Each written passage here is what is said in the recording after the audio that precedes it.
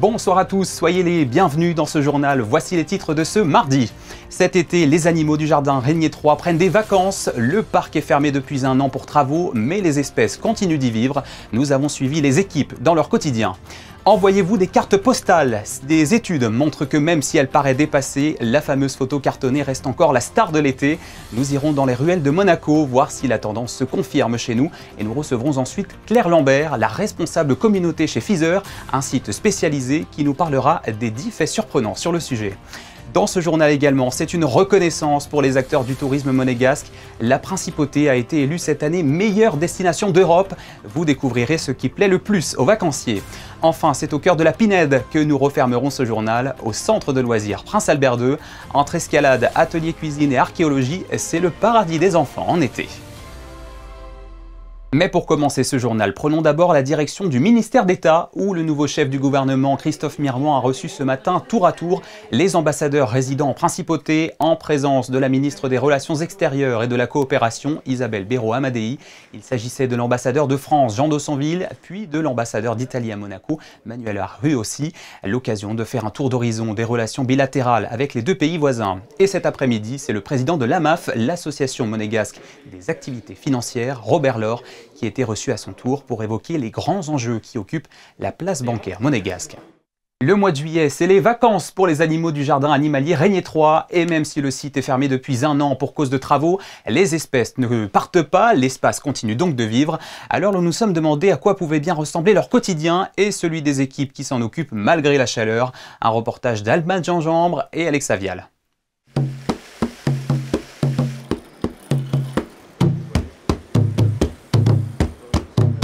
Fermé au public, mais pas vide pour autant, le parc animalier Régnier 3 abrite près de 450 individus et 70 espèces différentes, des compagnons dont il faut s'occuper au quotidien. On nettoie les parcs des animaux, on fait que tout le monde ait un enclos propre, on fait les vitres, on nettoie les intérieurs où ils ont passé la nuit, les gamelles. Ensuite, il y a une partie du personnel qui descend en cuisine, où on prépare les repas de tout le monde, et ensuite on distribue dans le parc les repas à chacun. Depuis la fermeture du site en raison des travaux de sécurisation de falaises, les allées du parc sont particulièrement calmes. On ne cherche pas d'interactivité, c'est-à-dire qu'on ne les touche pas, on ne les caresse pas, il faut qu'ils aient leur comportement naturel. Mais après on l'avait déjà vu en période de Covid quand on avait fermé pendant le confinement, ils ont le même comportement. Là les ibis qui sont derrière nous sont en pleine reproduction, à la même période que l'année dernière où on était ouvert, donc il n'y a pas de changement notoire. Avec un thermomètre qui frôle les 30 degrés, une attention toute particulière est mise sur la météo. Il faut savoir que tous les animaux du parc ont accès libre tout le temps à leur bâtiment, donc où il fait beaucoup plus frais. Pour certains, il y a même la climatisation.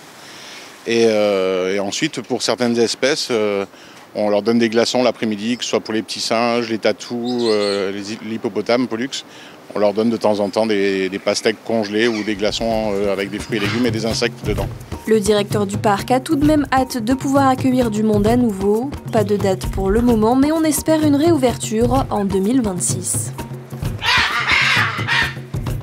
Si vous êtes en vacances, peut-être avez-vous l'habitude d'envoyer des cartes postales. On croit souvent qu'elles sont délaissées depuis plusieurs années, mais en France, le marché continue de croître en moyenne de 4% par an.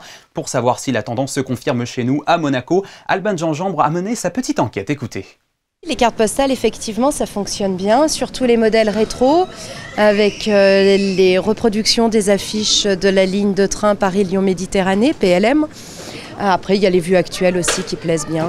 Les clients et les touristes de passage aiment bien envoyer un petit mot. Celle-ci, pas mal. Et celle-là, comme vous pouvez le constater, ça part très très bien. Elles partent, là je suis presque en rupture.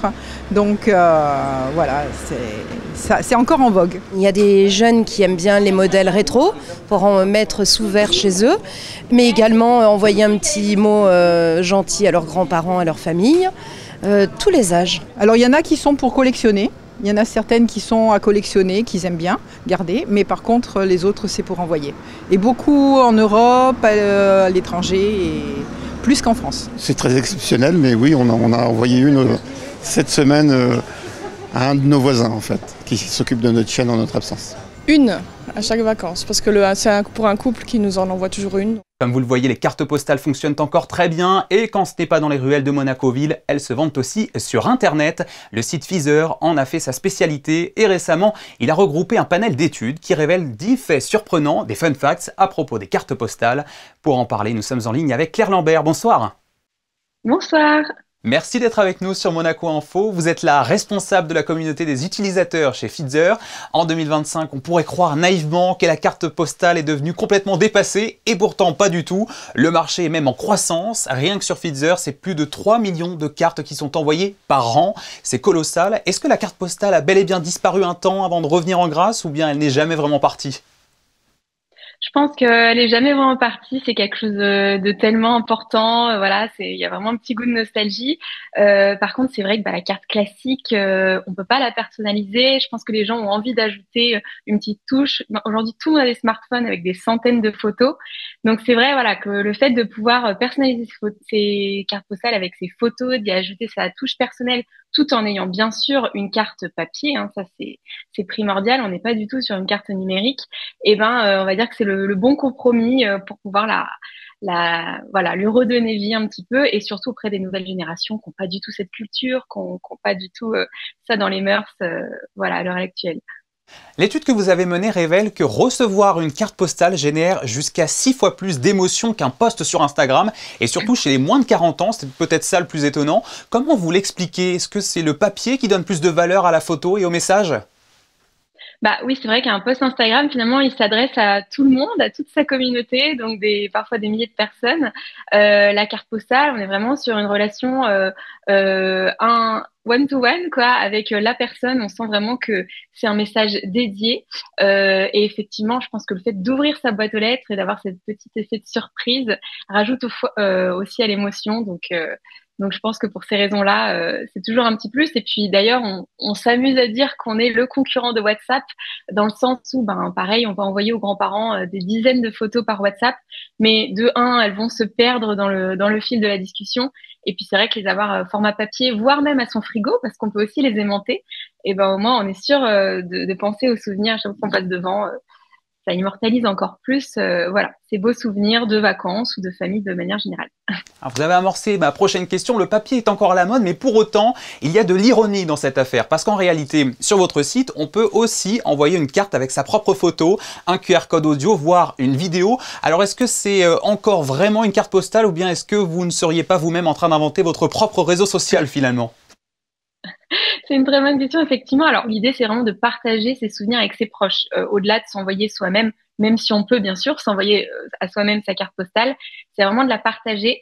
Par contre, en plus de ça, la personne peut, par exemple, ajouter une vidéo lorsqu'il crée sa carte sur son smartphone et ensuite, le destinataire peut scanner, mais encore une fois, le papier avec le QR code imprimé. Donc, on ne propose pas aujourd'hui, justement, pour une volonté de cohérence, de cartes envoyées numériquement. Pour déjà qu'il n'y ait pas de confusion et puis vraiment pour suivre nos valeurs et notre ADN qui est de partager, encore une fois, de garder cet esprit papier qui plaît tant. Ça reste du papier, voilà. On parle aussi d'un engouement pour les cartes postales animées par l'intelligence artificielle, avec par exemple les falaises d'Étretat entourées d'icebergs ou Biarritz infestées de requins. Est-ce que ce type de carte séduit véritablement? C'est une mode?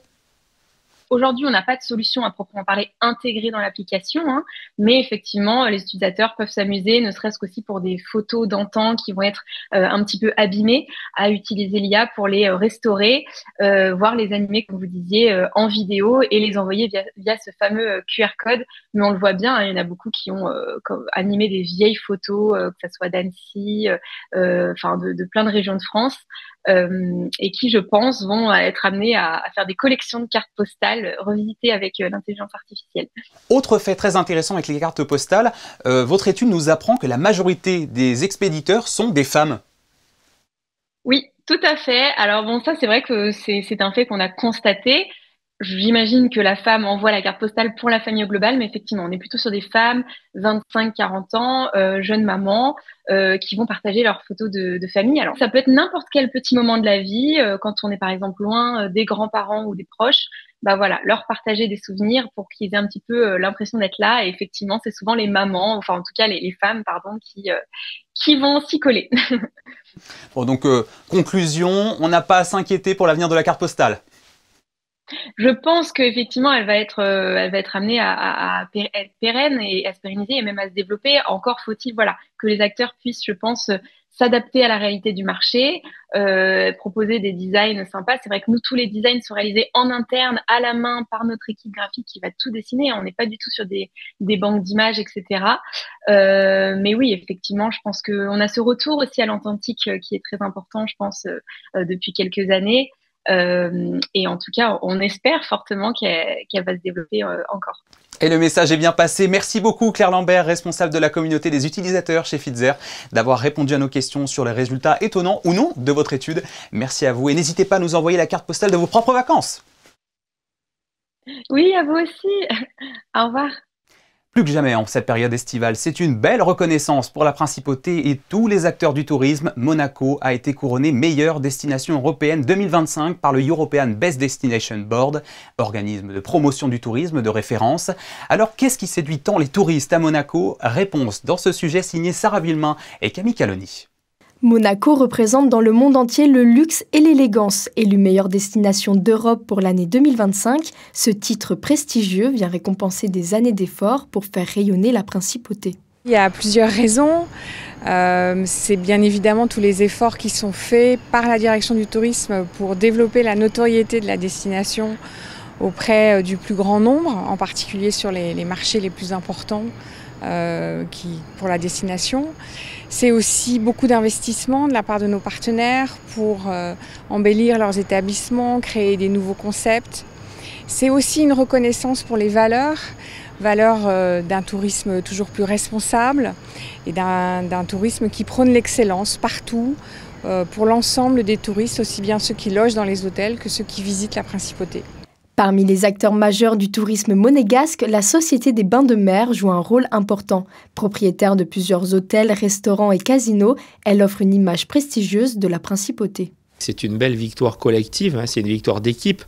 C'est la victoire du gouvernement princier, de la direction du tourisme, mais de tous les acteurs aussi, bien sûr, de l'hôtellerie, de la restauration, mais de la culture, des musées. C'est aussi la propreté, la sécurité de Monaco. Donc voilà, c'est vraiment une victoire de toute l'équipe, de toutes celles et tous ceux qui travaillent au quotidien pour animer la principauté et offrir à nos visiteurs une expérience exceptionnelle et unique, reconnue donc aujourd'hui par 6 millions de gens qui ont voté. Nous avons beaucoup fait depuis 2 ans. Nous avons rénové des établissements comme le Café de Paris. Nous avons rouvert le New Moods. Nous avons créé le restaurant Amazonico. Récemment, le restaurant Marlot. Nous avons lancé la rénovation de l'hôtel Hermitage, du Monte Carlo Bay. Nous avons fait aussi, j'y tenais beaucoup, depuis 2 ans, d'énormes efforts pour faire de la place du Casino un lieu magique de féerie de Noël. Et cela est reconnu, puisque des millions de vues donc, en attestent. Et nous avons par exemple reçu 23 000 personnes, donc 50% de plus que l'année précédente pour le 31 décembre. Cette distinction a un impact direct sur le secteur hôtelier. Monaco, connu pour son service d'excellence et son offre haut de gamme, voit chaque année sa fréquentation touristique progresser. Au niveau de la fréquentation d'établissements, nous avons noté effectivement une augmentation de fréquentation de la part de certains marchés sources, notamment les marchés d'Amérique du Nord qui sont bien plus présents, mais également d'Amérique du Sud. Nous allons poursuivre nos efforts déjà engagés afin de maintenir cette première place et effectivement d'avoir une satisfaction toujours plus importante de nos clients de façon à ce que ces clients satisfaits parlent à d'autres clients qui eux-mêmes viendront découvrir notre belle destination. En décrochant ce titre, Monaco confirme son excellence et son attractivité. Un succès grâce à l'engagement de ses acteurs touristiques qui ont un défi clair, continuer à innover pour rester à la tête du classement dans les années à venir. Icône incontestée de la mode, Gabrielle Chanel est à l'honneur dans l'exposition d'été du nouveau musée national de Monaco. Baptisée Les années folles de Coco Chanel, elle met en lumière l'amour de la créatrice pour la Côte d'Azur et la principauté, ainsi que cette période clé durant laquelle les femmes se sont libérées des styles traditionnels. La visite est signée Gaëtan Lebrun et Alexandra Marangoni. L'exposition Coco Chanel, répartie en 3 étages, vous propose bien sûr les œuvres d'une visionnaire qui a révolutionné les codes de la mode à travers ses créations, mais pas que. Vous pourrez aussi retrouver Chloé Royer, célèbre sculptrice, qui, tout comme Gabrielle Chanel, libère le corps féminin grâce à des créations uniques. Je travaille beaucoup la représentation du corps féminin en sculpture, sur des questions aussi d'équilibre. C'est des sculptures qui sont perchées sur des talons aiguilles et qui deviennent en fait des béquilles. Mais voilà, on peut y interpréter plein de sortes de choses, mais à la base, c'est des mannequins, des jambes mannequins. Et au 2e étage, on a une vidéo qui s'appelle Lemb. C'est une danseuse qui se mouvoie devant un miroir déformant et nous, on vient en fait prendre l'image dans ce miroir. Donc c'est juste pour moi comme une étude de corps ou presque une étude d'une prochaine sculpture. Et ici, donc c'est une salle qui a été faite pour cette exposition. Donc il y a toujours en fait cette idée de plusieurs images qu'on peut mettre et du coup vraiment de la métamorphose en fait entre plusieurs significations, entre un corps et un objet ou un animal, enfin entre le vivant en général. Plusieurs salles à chaque étage lui sont consacrées au sein de cette exposition que vous pourrez découvrir du 19 juin au 5 octobre. Direction maintenant la Turbie, au cœur de la Pinède, où le centre de loisirs Prince Albert II accueille chaque année des centaines d'enfants de la Principauté. Entre escalade, atelier cuisine, archéologie et même nuitée sur place, ce lieu unique associe aventure, apprentissage et surtout, vous allez le voir, grands éclats de rire. C'est notre Focus Info du mardi, il est signé Vanessa Dessy et Alexandra Marangoni. Quelques minutes de la Principauté, nichée au cœur d'une pinède de la Turbie, le centre de loisirs Prince Albert II accueille chaque année des centaines d'enfants de 3 à 12 ans. Pensé comme un véritable village éducatif en plein air, il propose mercredi et vacances scolaires un programme riche mêlant sport, culture, ateliers créatifs et mini-séjours. Il y a vraiment plusieurs étapes dans la préparation. Il y a beaucoup d'administratifs. Donc là, on est soutenu vraiment par une belle équipe de la direction de l'éducation nationale. Et puis après, il y a un travail de petites fourmis pour préparer les activités. Donc avec mon adjointe, il y a tout un travail de préparation sur le choix des intervenants, le choix des activités. Et après, il y a un gros travail de l'équipe d'animateurs qui propose vraiment de nombreuses activités. Déjà par ce que le centre, vraiment la structure peut nous offrir. Donc on a les terrains de sport, on a le terrain d'escalade, il y a la grande pinède, les salles d'activité et tout le matériel qui est à disposition. Donc là c'est vraiment l'équipe d'animateurs qui propose vraiment un tas d'activités et après tout ça est mis en commun et c'est comme ça que le planning se crée et voit le jour pendant les vacances. Alors ici on est dans le bâtiment mini-séjour du centre. Donc voilà, les enfants sont ici pour 3 nuits. Et ici, on est à l'étage des garçons. Donc on va voir un peu leur chambre, on va visiter. Et c'est le moment où ils doivent se laver les dents. Donc ils vont tous chercher la brosse à dents et le petit dentifrice. Au centre de loisirs Prince Albert II, les vacances prennent une tournure inoubliable avec des mini-séjours. Le temps de quelques nuits, les enfants partagent dortoir, rire éveillé, loin des écrans. Installés dans un cadre sécurisé en pleine nature, ces séjours favorisent l'autonomie, l'entraide et la magie des premières nuits sans les parents. Encadrés par des animateurs diplômés, les petits aventuriers vivent une expérience collective unique. Ils font eux-mêmes leur petite vie, ils sont très contents, ils rangent leurs affaires, ils sont très autonomes. Donc ça leur laisse une très grande liberté. En plus ils dorment avec les copains, donc ils sont trop contents. Ils s'entendent énormément parce qu'on a énormément d'entraide. Voilà, tous les loulous s'entraident entre eux, c'est très beau à voir. Et oui, exactement. Il y a souvent les grands qui dorment en haut et les petits qui dorment juste en bas. Et souvent ils s'aident à s'endormir, etc. Donc c'est vraiment super mignon à voir. Oui. Là, tu vois qu'il y a un trou. Tu prends tes pouces, tu les mets au milieu. Les enfants enfilent toque et tablier pour un atelier aussi gourmand qu'éducatif. Farine, œufs, chocolat, chaque ingrédient devient prétexte à l'apprentissage et au partage. Concentrés mais ravis, les apprentis pâtissiers préparent eux-mêmes leurs cookies qu'ils savoureront fièrement au goûter. Alors là, vous avez fait une pâte à cookies, d'accord? Est-ce qu'elle est belle, cette pâte à cookies? Oui. Un moment sucré où l'on cultive aussi l'autonomie, la créativité et le plaisir simple de faire ensemble. Généralement, c'est des groupes de 8-9 enfants qui viennent et qui font chacun une pâte à cookies. Pâte à cookies ou pâte à muffins, ça dépend des groupes et s'ils l'ont déjà fait. Et ensuite, on répartit des tâches. Chacun fera une chose, c'est-à-dire peser ou mélanger. Et une fois qu'ils font ça, donc chacun fera à son tour quelque chose et à la fin, ils choisiront ce qu'ils veulent mettre à l'intérieur. Du coup, généralement, c'est assez marrant. Ceux qui veulent mettre des M&M's, ceux qui veulent mettre du chocolat. Et donc, à la fin, ils repartiront avec des petits sachets de cookies à l'intérieur.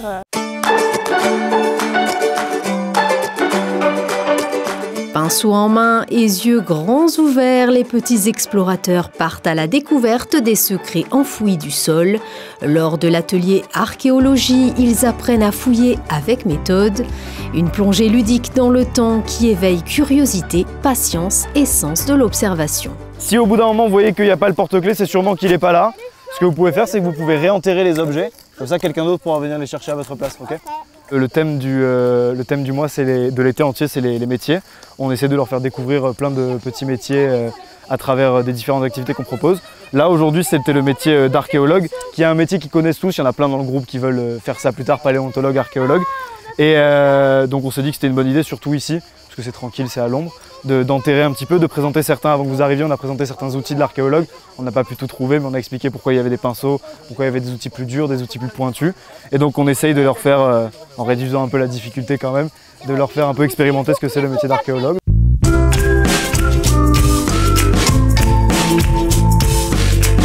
Casque sur la tête, baudrier bien ajusté, les enfants s'initient à l'escalade sur la paroi aménagée.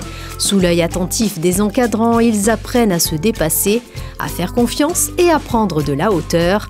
Un atelier où chaque prise franchie renforce l'esprit d'équipe. On a la chance d'avoir un mur d'escalade qui est accessible aux plus petits, parce qu'il y a un petit peu tous les niveaux, je m'adapte au groupe d'âge.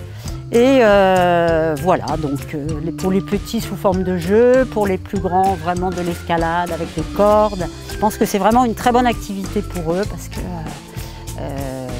ils arrivent à prendre confiance en eux. Moi je les vois grandir, finalement je les ai depuis, quelquefois il y en a que j'ai connus tout petits et que je vois encore et ils progressent, ils prennent confiance en eux, ils ont de l'aisance et ça leur fait plaisir et moi aussi.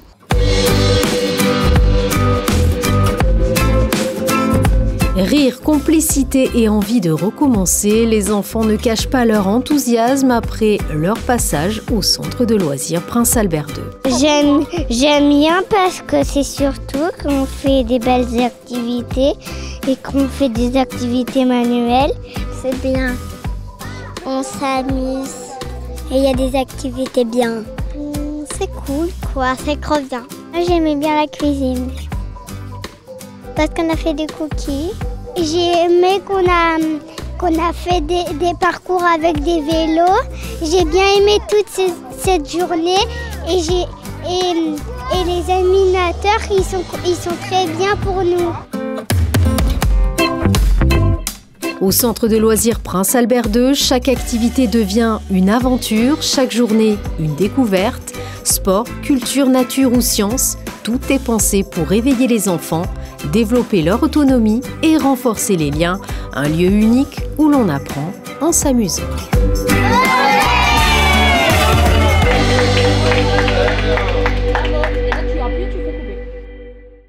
Voilà pour l'actualité de ce mardi, c'est la fin de cette édition. Merci à vous de l'avoir suivi. Dans un instant, vous retrouverez Frédéric Elion pour les prévisions météo, ainsi que la première météo de l'eau pour vous informer de l'état de la consommation en eau par rapport aux réserves du territoire. Je vous laisse sur le top 8 en images des meilleurs spots de cartes postales en été à Monaco, signé Manuel Vitali. Et je vous dis à demain 19h pour un nouveau journal. Excellente soirée sur Monaco Info.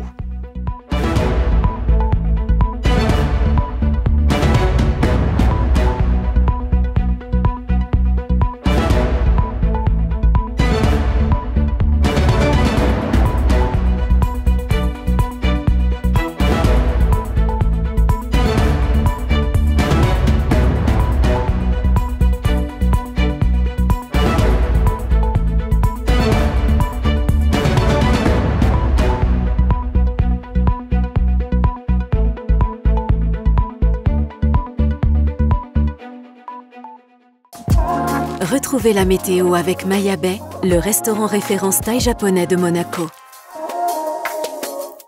Bonsoir Théo, bonsoir à toutes et à tous. Encore une belle journée estivale mercredi avec du soleil et quelques nuages qui seront vite balayés par le vent. Des rafales à 30 km/h sont prévues dans l'après-midi. Côté température, il fera 21 degrés le matin et 27 l'après-midi. Pour les baigneurs, l'eau sera à 25. Mercredi 30 juillet, ce sera la Sainte Juliette. Et puis, comme chaque mardi, un coup d'œil sur la météo de l'eau en partenariat avec la Société monégasque des eaux. Cette semaine, l'indicateur est jaune, ce qui signifie que les sources de la principauté ne couvrent que 25 à 50% de notre consommation en eau. Et une autre info, 40 communes des Alpes-Maritimes sont passées aujourd'hui en alerte sécheresse et 5 autres en alerte sécheresse renforcée. Attention donc à votre consommation d'eau. C'était la météo avec Maya Bay, le restaurant référence thaï japonais de Monaco.